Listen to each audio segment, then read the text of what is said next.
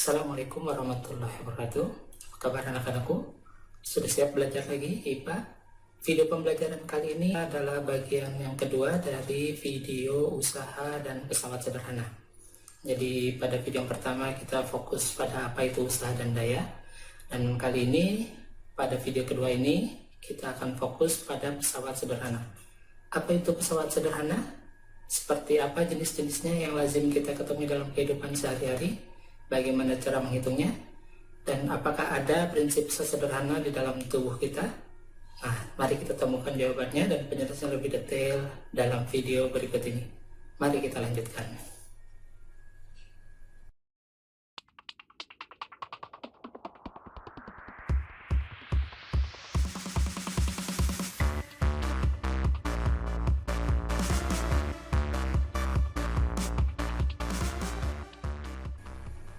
Seperti biasa, kita akan mulai dari tujuan pembelajaran.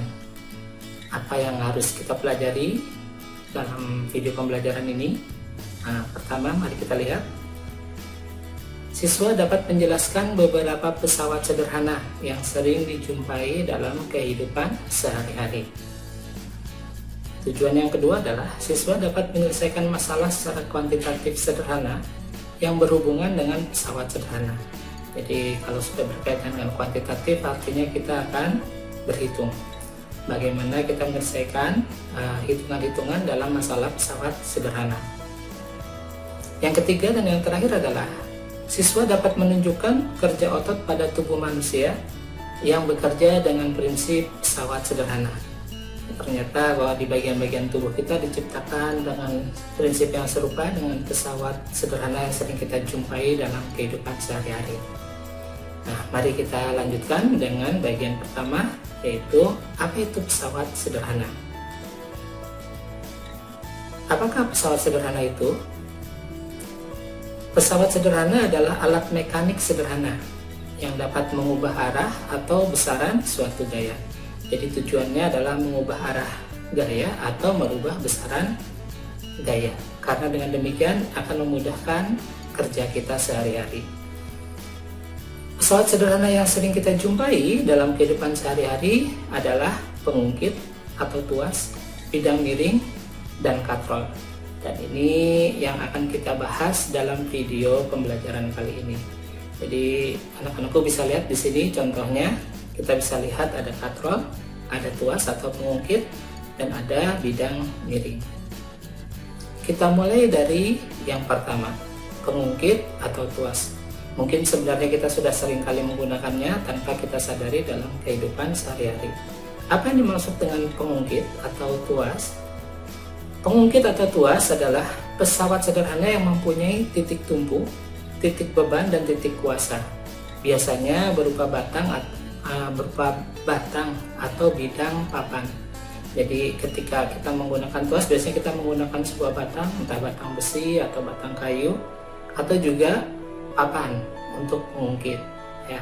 Tapi nanti kita lihat bahwa dalam contoh-contoh sangat luas sekali, bukan hanya bidang atau papan, tapi prinsipnya akan bisa kita serupakan dengan pengungkit yang berupa dari tongkat kayu maupun dari papan. Pengungkit yang paling umum digunakan adalah pengungkit dengan titik tumpu di tengah, seperti pada gambar yang di bawah ini ya. Di situ ada seorang anak berusaha mengungkit sebuah benda. Nah, dengan titik tumpunya ada di tengah. Bagian-bagian dari pengungkit seperti apa? Mari kita lihat pada contoh yang besar ini ya, agar mudah kita identifikasi. Gambarnya Bapak beri gambar yang besar. Nah, pertama adanya tumpuan, dan di situ ada titik tumpu, tempat bertumpunya si pengungkit ya. Jadi titik tumpu adalah bagian pertama dari pengungkit. Kemudian ada titik beban. Titik beban ini tempat kita menaruh beban yang ingin kita pindahkan, ya. Dan kemudian tentu tempat kerja kita. Tempat kerja ini kita tandai dengan namanya titik kuasa. Dalam gambar ini karena kedua tangan digunakan pada titik yang berbeda, maka titik kuasa digambarkan dengan dua titik. Nah, tapi secara skematis biasanya titik kuasa digambarkan dalam satu titik seperti berikut ini. Nah, kalau tadi secara kenyataannya kita tampilkan dalam bentuk bagan. Nah, di sini ada K, ada T, ada B. Apa itu? Seperti tadi, titik kuasa, titik tumpu, dan titik beban. Itu melambangkan titik-titik, ketiga titik tadi yang menjadi syarat dari pengungkit. Sedangkan F adalah gaya yang kita berikan. F sekali lagi adalah gaya yang kita berikan. Nah, lalu ada panjang antara T dan B, artinya antara titik tumpu dengan beban. Panjang pengungkit antara titik beban dengan titik tumpu kita sebut dengan lengan beban. Sedangkan panjang pengungkit antara titik tumpu dengan titik kuasa, antara titik T dan titik K kita sebut dengan lengan kuasa. Bagaimana penggunaan perhitungan pengungkit dalam kehidupan sehari-hari? Nah, biasanya kita ukur dengan yang namanya keuntungan mekanis. Keuntungan mekanis ini seberapa besar kita mendapatkan keuntungan dalam menggunakan gaya, sehingga kita bisa menghemat gaya yang kita gunakan. Nah, kalau masih dengan bagan yang tadi, kita akan mendapatkan bahwa ketika dalam keadaan seimbang, perkalian antara gaya dengan lengan kuasa serta berat beban dikalikan dengan lengan beban itu hasilnya akan sama. Ini dalam keadaan seimbang. Dari sini kita bisa tarik kesimpulan dengan sedikit matematis kita pindahkan, maka jikalau W dibanding F itu akan sama dengan lengan kuasa dibagi lengan beban. Nah, perbandingan antara W atau beban, berat beban dibandingkan dengan F inilah yang kita sebut dengan keuntungan mekanis. Ya, artinya kalau semakin besar gaya yang dibutuhkan akan semakin kecil. Dan itu bisa kita dapatkan dengan perbandingan lengan kuasa terhadap lengan beban. Artinya apa? Semakin pendek lengan beban, semakin menguntungkan buat kita. Semakin panjang lengan kuasa, semakin menguntungkan buat kita. Kita ingin mendapatkan keuntungan mekanis yang sebesar-besarnya. Kita ambil contoh sebuah soal. Papan sepanjang 1 meter digunakan sebagai pengungkit. Jarak antara titik tumpu dan titik beban adalah 25 cm. Hitunglah keuntungan mekanis yang bisa didapat. Dan berapakah gaya minimal yang dibutuhkan untuk mengangkat benda jika berat beban adalah 60 Newton. Berat kita menggunakan Newton ya. Ingat kalau kilogram massa. Jadi di sini dikatakan berat bebannya adalah 60 Newton. Nah, yang paling baik adalah kita akan memanfaatkan panjang papan secara optimal sehingga beban akan kita tempatkan di ujung papan. Nah, dengan memaksimalkan panjang papan berarti lengan beban tadi sudah dikatakan antara titik tumpu dengan titik beban ada 25 cm. Ini kita anggap sebagai lengan beban. Sedangkan titik tumpu dengan lengan kuasa kita ambil kita paling jauh agar mendapatkan hasil keuntungan mekanis yang terbesar. Jadi kita ambil 100 dikurangi 25. 1 meter kita rubah menjadi 100 cm. Sehingga hasilnya adalah 100 dikurangi 25, 75 cm. Jadi kita memberikan gaya di ujung papan yang satu lagi. Nah, karena kita sudah tahu berapa lengan beban dan lengan kuasa, tentu kita dapat menghitung keuntungan mekanis. A. Keuntungan mekanis bisa kita hitung sebagai lengan kuasa dibagi lengan beban. Dalam hal ini 75 cm dibagi 25 cm. Hasilnya adalah 3. Nah, berapakah gaya minimal yang dibutuhkan kalau berat bebannya 60 Newton? Nah, kita dengan sedikit merubah rumus, kita akan mendapatkan bahwa F sama dengan W dibagi km atau berat beban dibagi keuntungan mekanis. Sehingga dari sini diperoleh bahwa 60 Newton dibagi dengan 3. 60 dibagi 3 adalah 20 Newton. Berarti untuk mengangkat beban seberat 60 Newton, kita hanya membutuhkan 20 Newton. Artinya sepertiga dari gaya yang seharusnya kita gunakan. Inilah yang disebut dengan keuntungan mekanis pada pengungkit. Nah, pengungkit mampu mengurangi gaya yang dibutuhkan. Lalu ada berapa jenis pengungkit? Nah, kita lihat gambarnya. Ternyata di sini banyak jenis-jenis pengungkit yang kita lihat.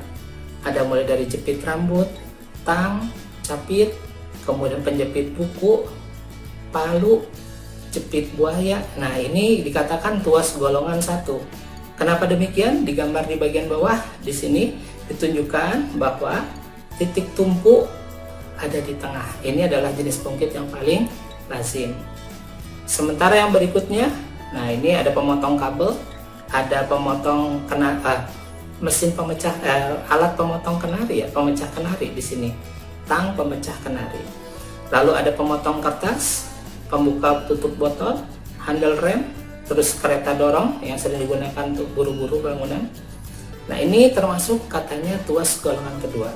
Apa cirinya? Di bawahnya digambarkan titik bebannya ada di tengah. Jadi fokus kita ternyata pada bagian tengah. Dan jenis pungkit yang ketiga digambarkan di sini ada cangkul, ada sekop, ada pinset, ada stapler. Nah, ini apa ya? Jepitan untuk ngambil makanan ya, biasanya atau gorengan. Nah, kalau dilihat di sini titik tumpunya ada di ujung, yang di tengah adalah justru usaha kita. Nah, ini adalah ciri tuas golongan ketiga. Nah, untuk menghafalkan jenis-jenis pungkit ini, apakah ini termasuk golongan ke-1, kedua, ketiga, maka kata kunci yang bisa kita gunakan di sini adalah sebagai berikut. Bapak beri kata kuncinya. Tembak di tengah. Tembak. Kita ingat TBK, tembak di tengah. Kalian harus melihat yang di tengahnya apa. Titik apakah yang ada di tengah? Kita mulai dari kata tembak, berarti huruf T dahulu. Huruf T menggambarkan apa? Titik tumpu. Jadi kalau pengungkit itu titik tumpunya ada di tengah, maka kita bisa katakan bahwa dia adalah jenis pengungkit tipe 1. Nah, paham kan? Jadi mudah kalau kita ingat tembak di tengah. Lihat di tengahnya apa? Huruf T atau huruf B. Nah, yang kedua huruf B. Apa yang terjadi kalau huruf B di tengah? Beban, artinya titik beban.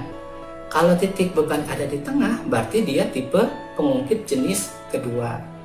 Nah, berarti terakhir huruf K. Tembak di tengah, K-nya ada di tengah. Nah, titik apa yang di tengah? Titik kuasa, karena huruf K kuasa. Sehingga kalau titik kuasanya ada di tengah, maka yang kita dapatkan pengungkit tersebut adalah jenis tipe yang ketiga. Mudah bukan? Ya, mudah-mudahan kalian tidak bingung lagi untuk menentukan jenis pengungkit, apakah pengungkit pertama, pengungkit kedua, atau pengungkit ketiga ya. Jadi kalau diberikan disajikan gambar, kalian fokus pada titik tengahnya, lalu ya titik tengahnya apakah huruf T, huruf B, atau K. Tembak di tengah ya, untuk menentukan jenis pengungkitnya. Nah, itu tentang pengungkit. Kita akan melangkah selanjutnya ke pesawat sederhana yang berikutnya, yaitu bidang miring. Jadi meskipun sederhana, sekali lagi ini termasuk pesawat ya, pesawat sederhana, bidang miring. Jadi dalam video ini terlihat bahwa seorang anak kesulitan untuk mengangkat beban ke atas. Maka apa yang dia lakukan? Dia ambil papan, dia buat bidang miring. Jadi bidang miring digunakan untuk memperkecil gaya yang dibutuhkan, serta pada saat yang bersamaan mengubah arah gaya vertikal menjadi horizontal. Jadi dua keuntungan ya. Pertama, arah gayanya tadinya vertikal ke atas, jadi dia harus mengangkat tong tadi ya ke atas. Akan tetapi selain itu, ketika dia mendorong, beban yang didorong ternyata lebih ringan dibandingkan kalau dia mengangkat beban. Jadi bukan hanya masalah arah. Keuntungan mekanisnya ternyata bisa didefinisikan sebagai S per H. Apa itu S?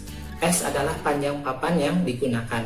Jadi panjang papan ini menjadi salah satu penentu keuntungan mekanis yang didapatkan dari bidang miring.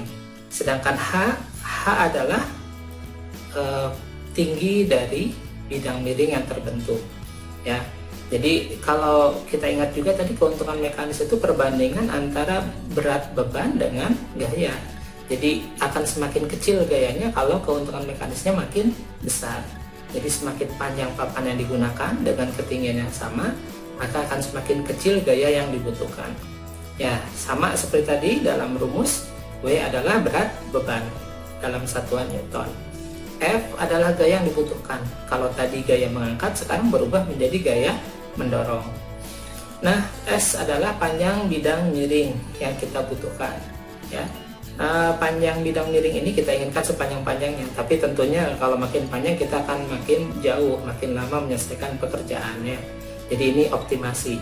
Nah, berikutnya H adalah tinggi bidang miring, yaitu masalah kita mau mengangkat setinggi seperti apa. Jadi biasanya ini sudah tertentu. Dalam contoh gambar ini, anak ini berusaha mengangkat ke atas tembok yang di sebelah kanan. Ya, sekali lagi keuntungan bidang miring adalah perbandingan panjang papan dengan panjang ketinggiannya. Nah, F-nya kalau yang sering ditanyakan adalah berapa gaya yang dibutuhkan. Maka di sini kita bisa menggunakan dua rumus. Kalau kita sudah menghitung keuntungan mekanis, maka kita bisa langsung menggunakan F, gaya yang dibutuhkan, sama dengan W dibagi KM. Berat beban dibagi keuntungan mekanis. Sementara kalau kita belum menghitung keuntungan mekanis, tapi langsung ditanya berapa gaya yang dibutuhkan, kita bisa langsung menggunakan H per S dikali W. H itu adalah tinggi bidang miring, S adalah panjang bidang miring. H per S dikali W, hati-hati ya ketika menggunakannya. W per KM atau H per S dikali W. Nah, kita lebih mudah menjelaskannya kalau kita beri contoh soal ya, seperti biasa. Di sini seorang bapak hendak menaikkan ke sebuah truk atau ke sebuah mobil box. Nah, panjang papan yang digunakan adalah 1 meter.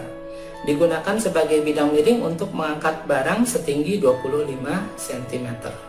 Hitunglah berapa keuntungan mekanis yang bisa didapat dan juga berapa gaya minimal yang dibutuhkan untuk mendorong beban jika berat beban adalah 80 Newton. Nah, ini mudah ya. S kita sudah tahu 1 meter karena panjang papannya 1 meter. H tinggi dari temboknya atau tinggi bidang miring, dia minta mengangkat barang setinggi 25 cm. Berarti kita tulis H-nya adalah 25 cm. Yang harus diingat satuannya harus konsisten. Kalau senti sama-sama senti, kalau meter sama-sama meter. Tidak perlu diubah, tapi yang penting sama antara kedua satuan S dan H. Dan W-nya sendiri di soal dikatakan untuk bagian B adalah 80 Newton. Berat beban yang akan dinaikkan. Nah, keuntungan mekanis S per H adalah 100 cm, yaitu 1 meter tadi, 100 cm dibagi 25, hasilnya adalah 4. Nah, keuntungan mekanis dari bidang miring yang dibuat ini adalah 4 kali lipat ya keuntungannya. Sementara F, gaya yang dibutuhkan berarti W dibagi KM. Karena kita sudah menghitung KM, maka kita menggunakan keuntungan mekanis. W-nya katanya 80, keuntungan mekanisnya tadi kita hitung 4. 80 dibagi 4 adalah 20 Newton. Jadi meskipun berat bebannya adalah 80 Newton, hanya dibutuhkan gaya sebesar 20 Newton untuk memindahkan ke ketinggian 25 cm. Itu contoh penggunaan bidang miring. Dan yang terakhir dari pesawat sederhana yang kita pelajari saat ini adalah tentang katrol. Nah, kita lihat ilustrasinya ya.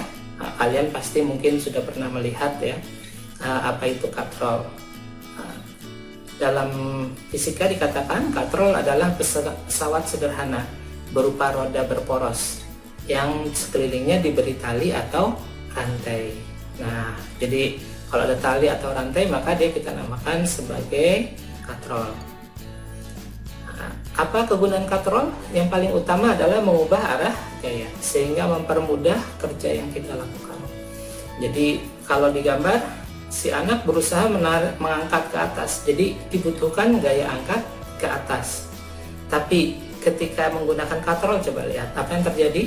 Si anak ternyata bukan mengangkat ke atas tapi menarik ke bawah, dan akan lebih mudah buat kita menarik ke bawah dibandingkan mengangkat ke atas ya.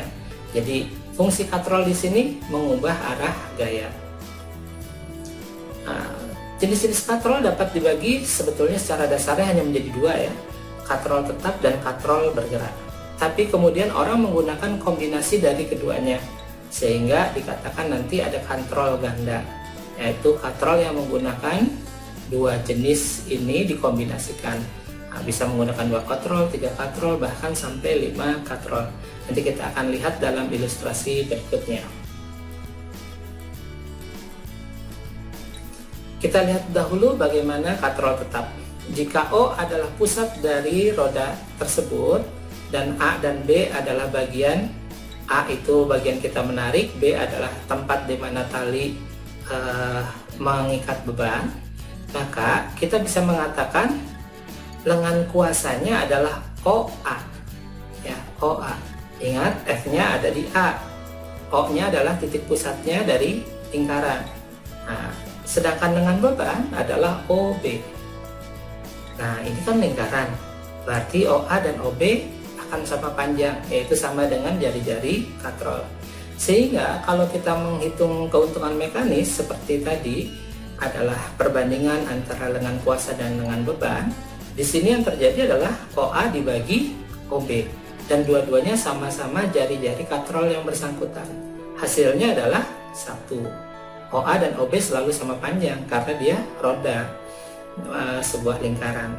Jadi keuntungan katrol tetap sebetulnya hanya 1, artinya tidak merubah besar gaya. Besar gayanya tetap sama. Yang berubah adalah arahnya, dari seharusnya mengangkat jadi menarik ke bawah. Bagaimana dengan katrol bergerak?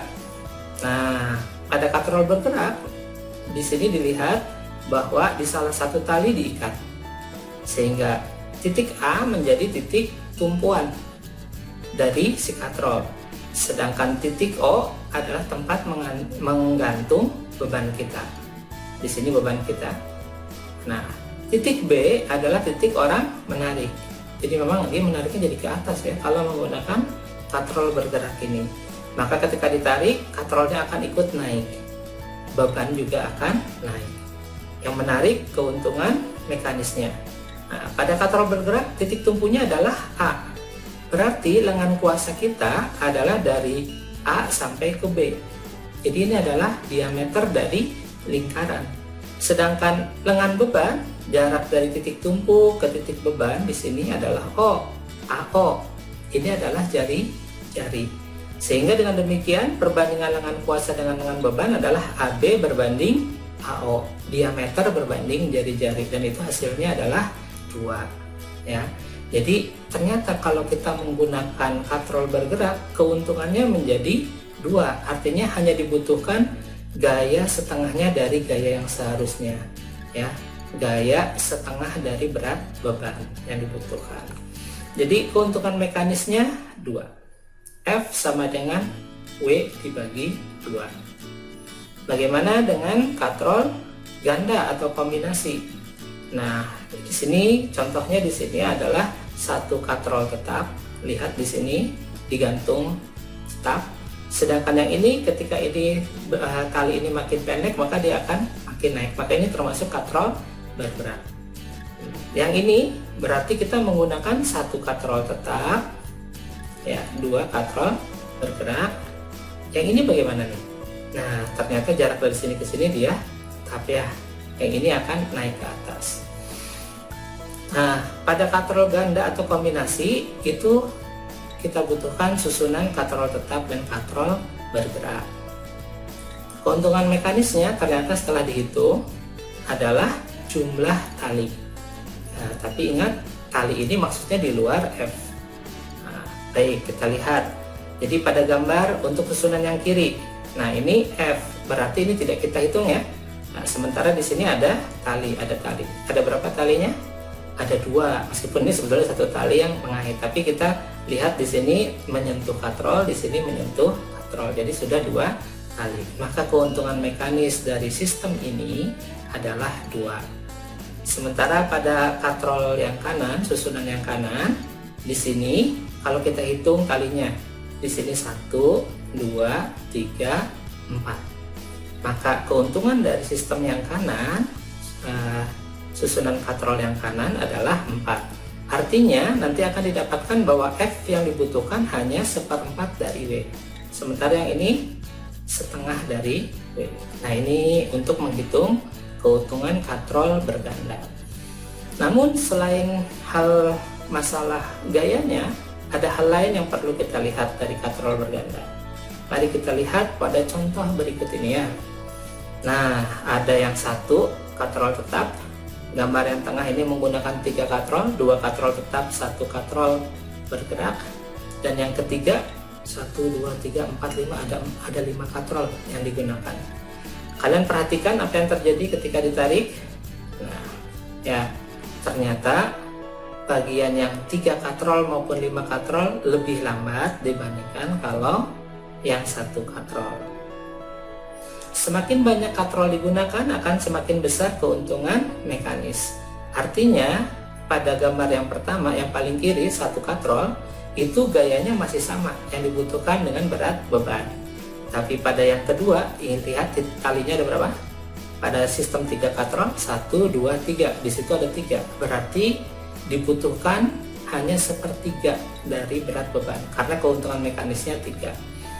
Sementara pada yang paling kanan 1, 2, 3, 4, 5. Talinya ada 5 di luar F ya. Nah, maka kita dapatkan keuntungan mekanisnya adalah 5.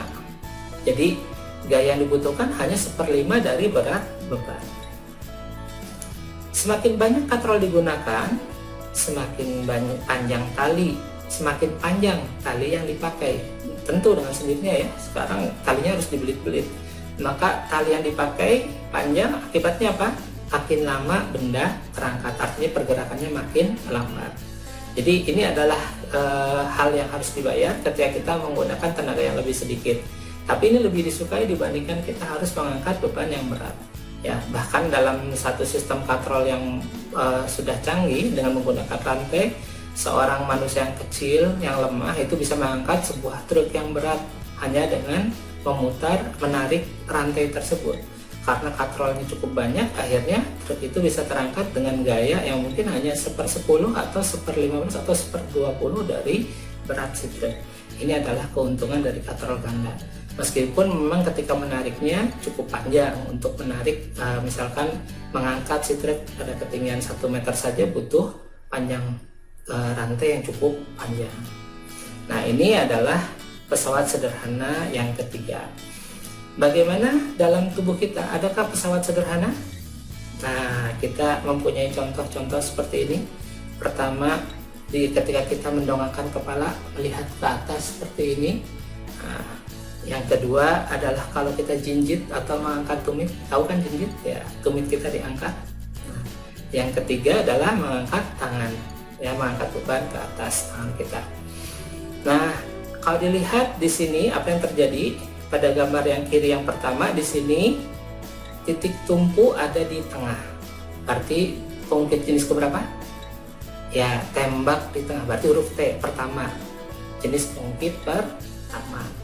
Jadi untuk mendongakkan kepala ini adalah termasuk pengungkit jenis pertama.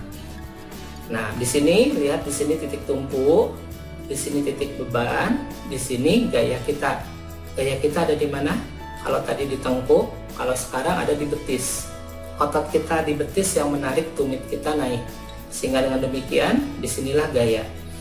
Siapa yang di tengah? B. Tembak TBK, berarti B. Pengungkit jenis kedua. Ya, benar. Jadi mengangkat tumit ini gerakan yang seperti pengungkit, serupa dengan jenis pengungkit kedua. Nah, yang terakhir bagaimana ini? Nah, ternyata titik tumpunya adalah siku kita di sini. Sedangkan yang mengangkat siapa? Di sini otot bicep kita. Ya, otot lengan atas yang kita namakan bicep. Kalau di sini tricep, di depan ini bicep. Sementara bebannya ada di mana? Di sini. Sehingga kalau kita urutkan, yang di tengah-tengah adalah F. Ya, atau kuasa. Ingat, F adalah kuasa kita, gaya yang kita berikan. Berarti kalau kuasa di tengah, tembak K. Nah, itu huruf terakhir dari kata tembak ya. Berarti K. Kalau begitu termasuk jenis pengungkit yang ketiga. Nah, ini adalah sebagian contoh dari pesawat sederhana dalam sistem rangka otot kita ya. Jadi mudah-mudahan nanti kalian bisa amati lagi tubuh kita. Kita lihat lagi apa saja yang bisa terjadi. Tapi kebanyakan memang sistemnya adalah sistem pengungkit. Ini hanyalah beberapa contoh. Kalian bisa cari contoh-contoh yang lain di buku maupun di internet, sehingga kalian lebih memahami pesawat sederhana dalam sistem rangka otot kita. Ya, untuk bab 2 ini usaha pesawat sederhana, alhamdulillah sudah kita selesaikan. Mudah-mudahan materi ini bisa kalian pahami dengan baik. Terima kasih, sampai ketemu lagi di video yang berikutnya. Assalamualaikum warahmatullahi wabarakatuh.